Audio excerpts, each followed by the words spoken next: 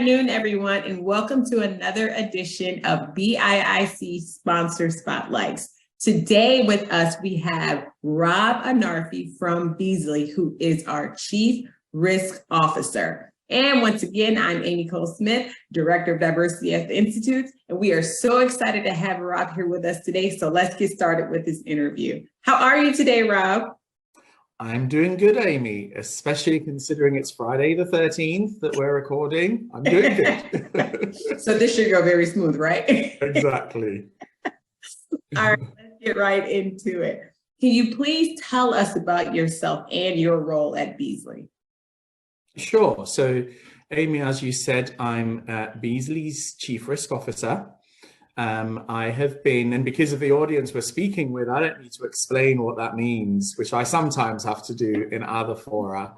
I have been at Beazley for just over 10 years now, probably nearly 11 years, actually, nearly 11 years. And in my time here, I've been in 3 senior roles. I joined first as head of internal audit, did that role for about 3 years. And then I was global head of compliance for 6. And for the rest of the time, I've been chief risk officer. That's good to hear. That's good to hear. So you all being a founding sponsor of BIIC, what made Beazley decide to become a founding sponsor of BIIC? What was it? Was it the mission? Was it just the name? What was it? So we've been working very actively on enhancing the diversity of our talent, on making sure that our great culture becomes even more inclusive. And in doing so, we focused on all manner of groups who are in a minority position in our workforce. And that includes people of color, and more specifically within that, Black people. And I'm sure we're very similar to the rest of the industry and to other organizations where even where that diversity of talent exists and is I wouldn't say good, but reasonably represented, as you get into more senior levels, it is not as good and it disappears. So one of the main things that drew us to be a founding member for BIIC is the focus on executive level development and talent. Because if you look across initiatives across the industry, there is a fair amount of focus at entry level. Right. And if we look at our statistics as an organization, we can see that we're better at entry level. But one of the things that we firmly believe in, and I definitely firmly believe, is if you recruit that talent, Black talent, diverse talent into your entry levels, into less senior roles, you may not retain them, and you may not have the best ideas about how to support and develop them, unless that talent is also reflected at senior levels and at executive level. And I say that with first-hand experience. So it is just as important to focus, we believe, at senior talent and an executive level. And so this initiative aligns with those objectives we have, and it allows us to offer our employees who are kind of aiming to get into executive level, into C-suite level, it allows us to offer them that development opportunity and that networking, being part of BIIC. That was good. And I love the point that you made concerning having Black talent more at the senior level and not just at the entry level. And I think that's kind of one of the issues that people kind of don't see, because we all need to see ourselves somewhere within our workplace. So thank you. Thank you for saying that. So how do you see the mission and the work of BIIC influencing the industry? Well, firstly, I hope it is going to have a big influence, right? That there aren't many initiatives at industry level focusing on Black talent. So when you're trying to solve an issue as pervasive and as complex as this, And I would, I don't wish to draw analogies or comparisons, but as an industry, we tend to work better if we're tackling new things like climate change or cyber risk and the systemic risk of cyber. We tend to progress better when we work collectively. And for me, this is a great example of where it is better to work across the industry. There aren't that many of us at senior level, executive, Black people, or even people of color. There aren't many organizations in the industry who've cracked it, who've worked out how to remove the barriers. There must be barriers. There isn't a lack of talented Black individuals within the industry, but the fact that there are so few at executive level must mean there are some barriers. And given that no organization can boast of having good representation at that level, what I hope BIC will do across the industry is to draw together all of those who are at that level, those who are allies at that level, those who are responsible for being able to influence change within their respective companies, to come together as an industry to drive forward change. So that's really what I'm hoping that BIC can do. Very good, very good. So does Beazley currently have any internal initiatives that focus solely on Black executives? Yeah, so I would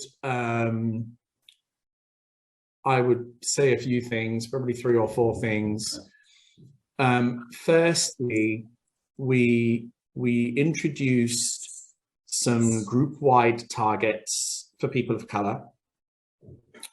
And within that, we chose to also set a specific goal for Black employees, because we acknowledge there's I call it, it's a kind of a pyramid of privilege or challenge, which is not often spoken about within people of color.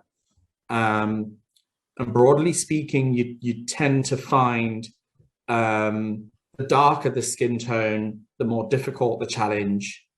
And in some cultures, it is more pronounced than others. Right. And we acknowledge that. And therefore, whilst we want to attract more people of color to our workforce, we acknowledge that actually there's a particular challenge when it comes to Black people. And therefore, we set a group-wide goal within that wider people of color goal for Black talent. What we're now also doing is wanting to evolve that to focus on a goal for representation within the senior leadership team, within the executive level, for Black colleagues also. We also have some specific objectives for each executive committee member, including myself. And so to be able to achieve that group-wide goal, or those goals, whether they're generic for people of color or Black people specifically, and other goals that we have for gender, etc., we will only achieve those if each executive committee member is driving that change through their own organization, through their own teams and their own functions. And it is difficult to have a generic target for each person. So our inclusion partner, her name's Chelsea, works hard with people in our culture and people team, and we use the data that's available to develop bespoke objectives for each executive member. And I think that's, I'm not sure how many organizations do that. I know some people have executive objectives, but these are tailored and specific. And by specific, I mean, we're able to look at each executive's area of responsibility, and with the data that we have, work out what they need to focus on. And in the case of people of color and Black people in particular, be able to work out whether it's entry level. Most of the time it's having to work on getting more Black people into more senior positions. And that means that we're creating the pipeline. You have to keep working on the pipeline. Because if you're able to develop and promote people into the executive roles and you don't work on the pipeline, that journey will be short-lived. You will soon find your progress stalls at a point in time. And then the final thing I'd say on that is we have, I'm executive sponsor for our network, and other organizations refer to them as employee resource groups. So ours for RACE is called Beazley RACE. Okay. I'm our executive sponsor for that, and we do some amazing things, both for all people of color and specifically for Black people, and lean on a number of amazing speakers and people to learn from outside the organization. So those are the sorts of things that we do in Beazley, that I thought I'd mention. I think the other thing, although it's not internal, it's facilitated by Beazley staff. So there are, in the UK specifically, there are a couple of initiatives. There's one called ICANN, which stands for Insurance Cultural Awareness Network. And I was a founding member many years ago. I was there for a very short while, so I shouldn't take any credit. It's become a really substantial organization in the UK insurance market. It started in the London market, but we are, we're active members in that. And that definitely helps create a network, both for people of color more broadly and Black people. About 18 months ago, a few senior insurance professionals in London and I started an initiative called Rattle.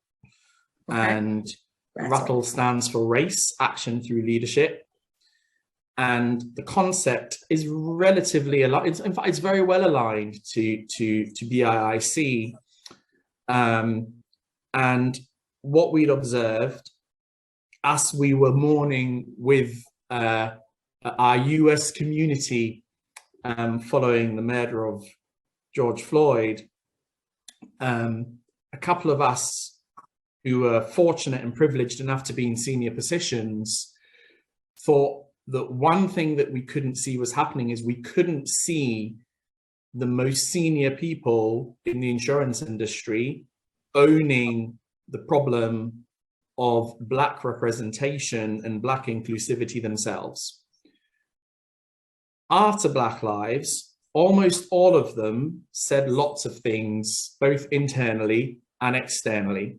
And so we thought that was the right time to gain their ear and to help impress on them that it is their responsibility to fix this issue, not us in the community, and also to kind of hold them to account.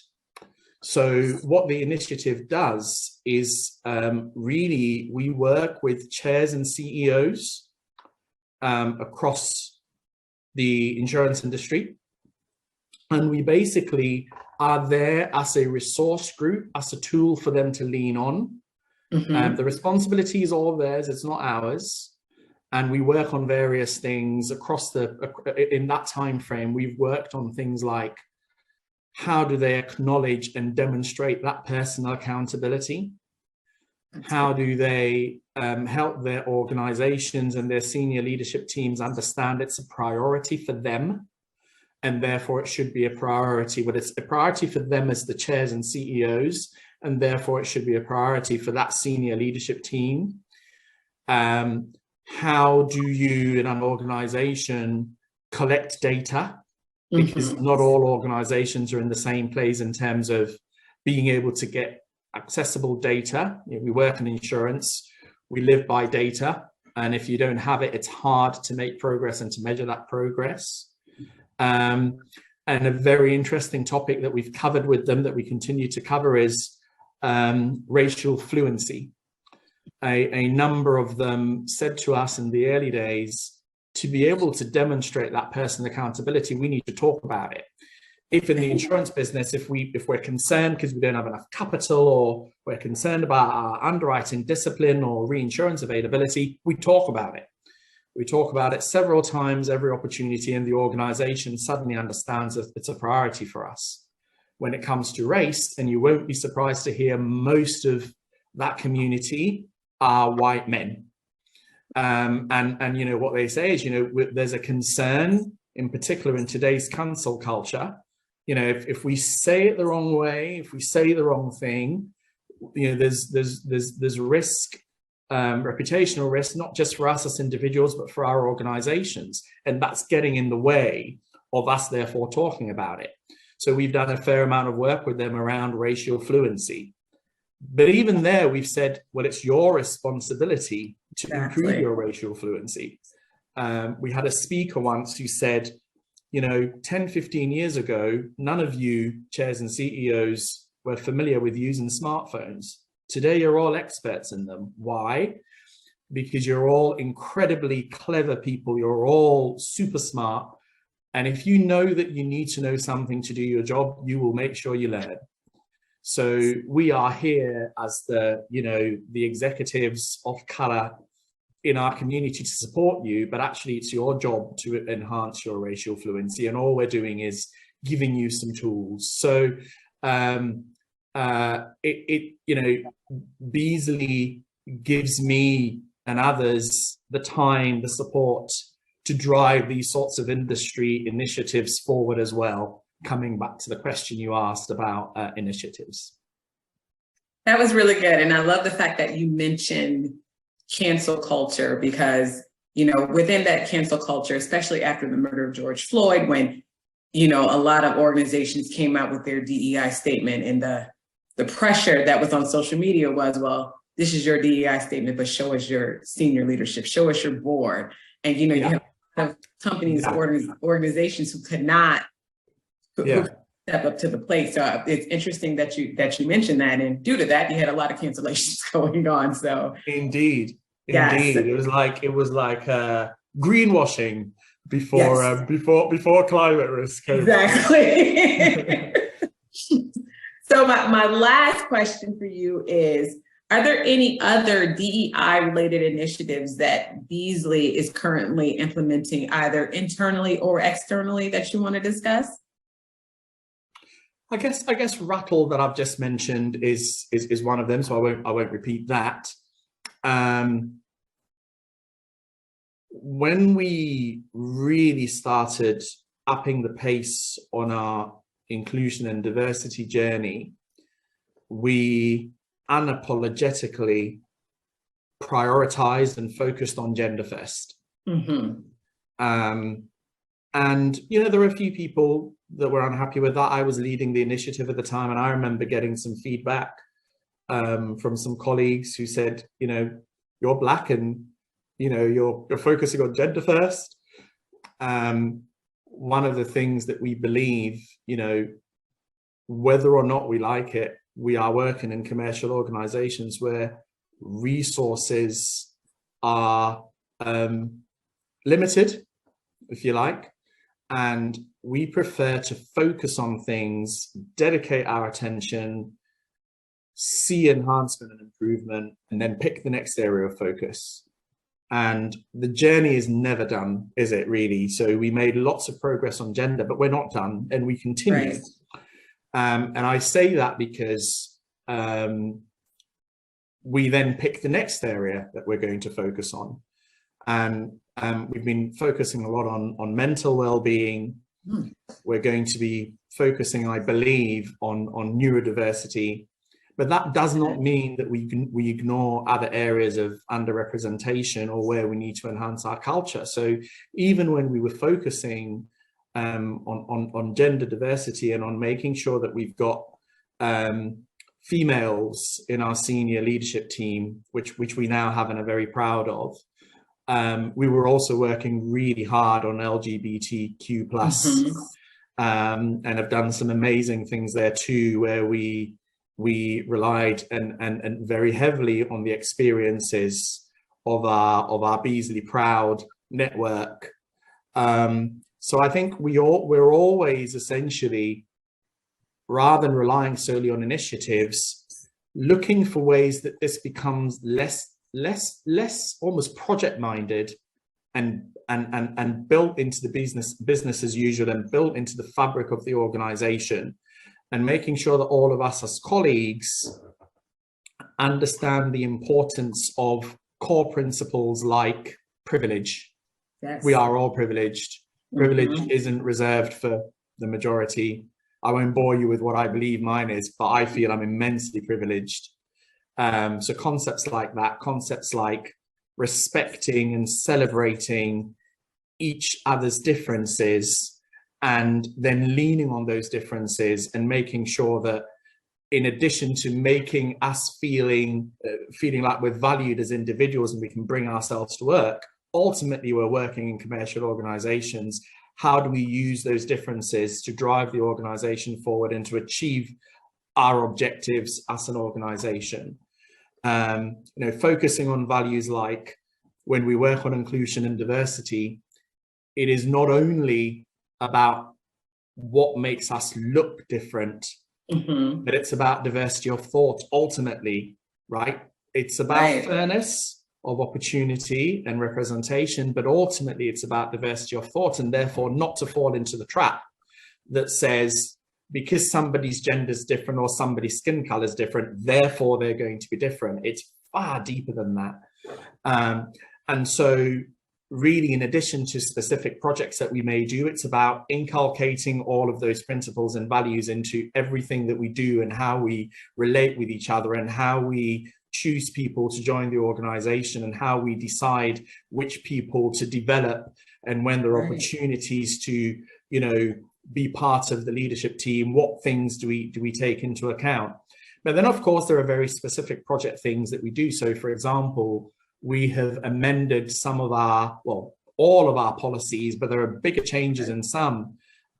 We changed our parental leave policy such that we have the same opportunity when somebody becomes a new parent to have the same amount of leave as a result. It's not paternity leave, it's not maternity leave, it's parental leave. And the absence that you can enjoy is the same whether you're male or female, for example. And we did that for a range of reasons. It's not solely because that's good for women or men or people in the LGBTQ plus community.